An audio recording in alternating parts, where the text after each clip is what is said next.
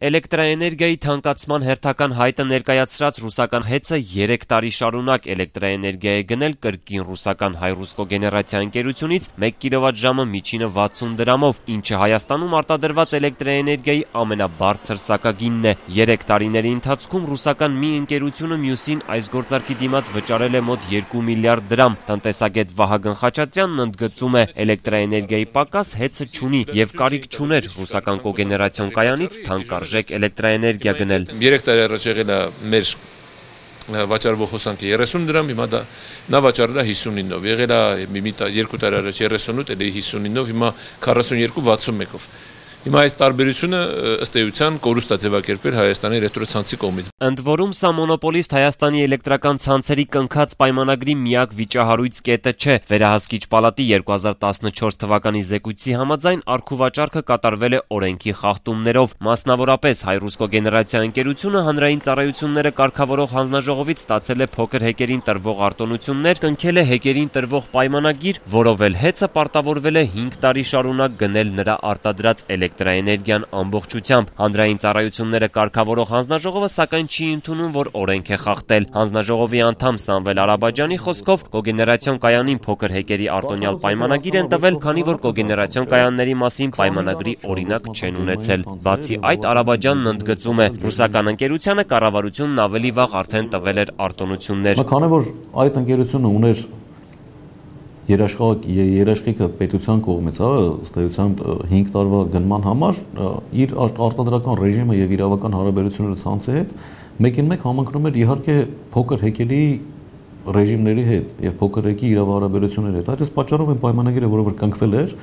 հանձնաժողովի կողմից գրանցվել է օրենքին համապատասխան։ Միայն 2014 թվականին այդ պայմանագրով Հայաստանի էլեկտրական ցանցեր ընկերությունը Հայրուսկո գեներացիայից 689 միլիոն դրամի էլեկտրաէներգիա է գնել 1 կՎտ-ժամը 60 դրամով։ Այն դեպքում, երբ փոքր հեկերը 1 կՎտ-ժամը վաճառել են առավելագույնը 25 դրամով։ Ռոբերտ Նազարյանի ղեկավարած հանձնաժողովում ընդունում են ռուսական ընկերության սակագինն իրենք համարել են հիմնավոր եւ թույլատրել ֆինանսական լուրջ խնդիրներ ու հսկայական կորուստներ ունեցող ՀԵՑ-ին էլեկտրաէներգիա վաճառել Հայաստանում արձանագրված ամենաբարձր գնով։ 61 գրամը դա հրազդանի ջեկի միադրույքի բերված սակագինն է,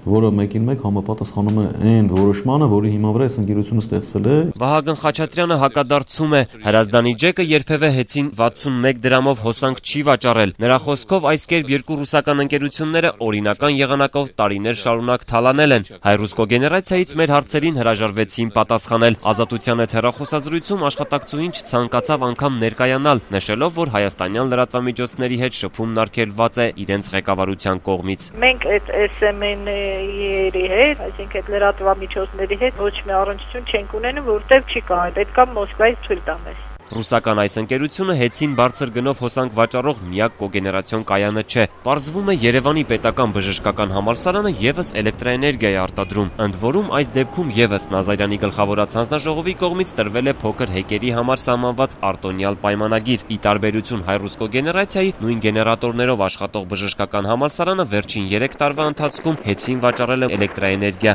1 կՎտ-ժամը միջինը 36 դրամով։ Մյուս կողմից վերահսկիչ պալատի զեկույցի համաձայն 36 դրամով բաշխից ցանցերին էլեկտրաէներգիա վաճառող համալսարանը իր իսկ կարիքների համար նույն ՀԵՑ-ից էլեկտրաէներգիա է գնել 25 դրամով։ Միայն առքուվաճառքի գնային այս տարբերությունից 1 տարվա ընթացքում համալսարանի հասույթը կազմել է 7 միլիոն 875 հազար դրամ։ Վերահսկիչ պալատն արձանագրել է, բուհն այս կերպ խախտել է լիցենզիայի պայմանը, քանի որ պարտավոր էր էլեկտրաէներգիա արտադրել նախ սեփական կարիքները հոգալու համար եւ հետո միայն ավելցուկը վաճառքի հանել։ Բժշկական համալսարանի էներգոկենտրոնի ղեկավար Արթուր Աղաբեկյանը համաձայն չէ։ Նրա խոսքով ՀԵՑ-ից էլեկտրաէներգիա գնելն իրենց արգելված չէ։ Էժան գնել, թանկով էլ վաճառել են, քանի որ կայանի կառուցման համար հսկայական գումարներ են ներդրել։ Կառավարությունն էլ խոստացել է 5 տարի սուբսիդավորել։ Պայմանագրի մեջ նշված է եղել, որ մենք պետք է